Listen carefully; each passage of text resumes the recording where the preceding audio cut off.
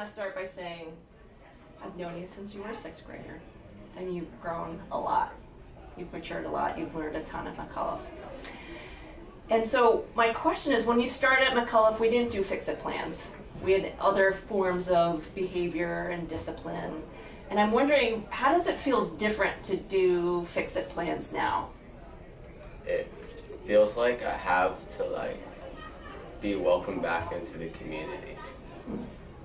Because with fix-it plans, you basically have to make up what you did.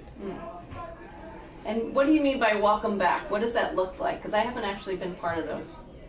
It looks like basically doing something for your community. Like what? Give some examples. Like if you break something, put a hole in the wall or something, you have to get back to the community by serving it attention and by helping fixing whatever you did. And that's an example of what happened with you, right? There was a hole in the wall, and did you actually help fix that hole? Yeah. It's kind of like if you put a hole in the wall, let's take an example, when I put the hole in the wall in Mr. Maciejewski's room. I had to write a note saying sorry to Senor Osorio because I was her board, and I had to go to Mr. Aaronworth and say sorry to him. And he's the director of business. Yeah. And did you go personally to him and talk to him? Yeah. What was that like?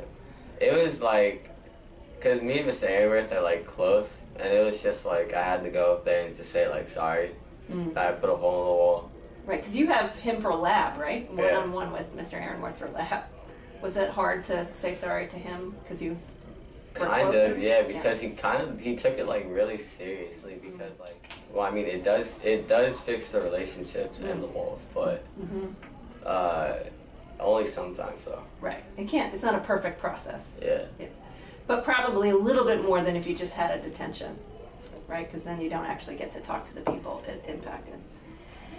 So back to how it's different. Do you remember a little bit of how behaviors might have gotten dealt with when you were a sixth grader, let's say, to now? And do you like the change? Do you think it's better, or maybe it's not as good?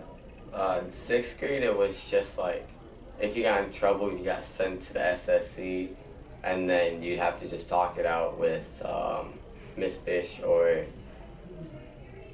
Miss Ferguson at the time. Miss Ferguson. Right? Yeah. And then basically you just talk to them, and then you just get sent right back. There was really no fix-it plan for it. And do you think that was better or not as good?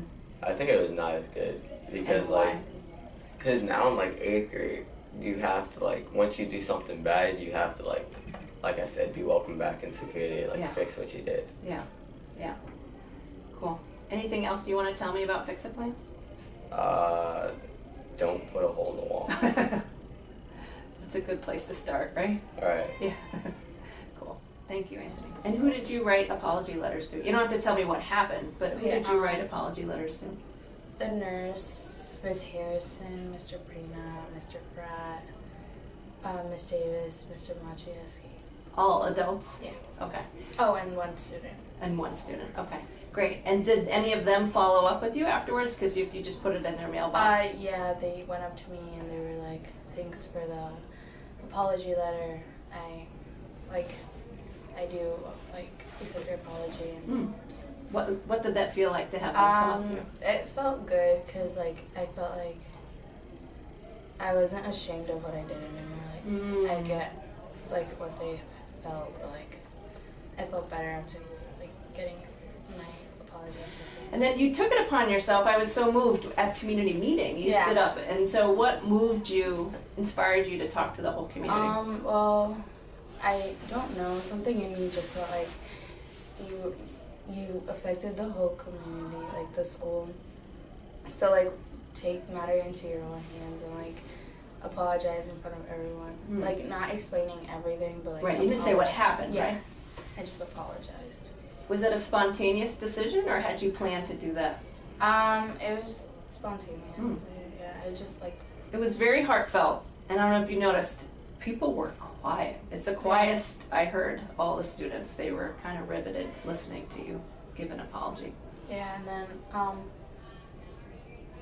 most of the 8th grade knew that I was gonna give an apology because some of them read over it and helped me get feedback. Oh, good. So you did have something written. Yeah. For it. Okay.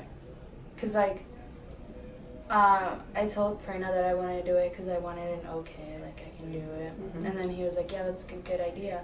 And then, so, like, at the day of, I got really nervous and I didn't want to do it because I was like, what if people just keep on coming up to me and asking what I did?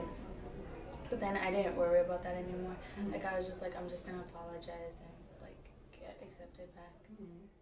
I did.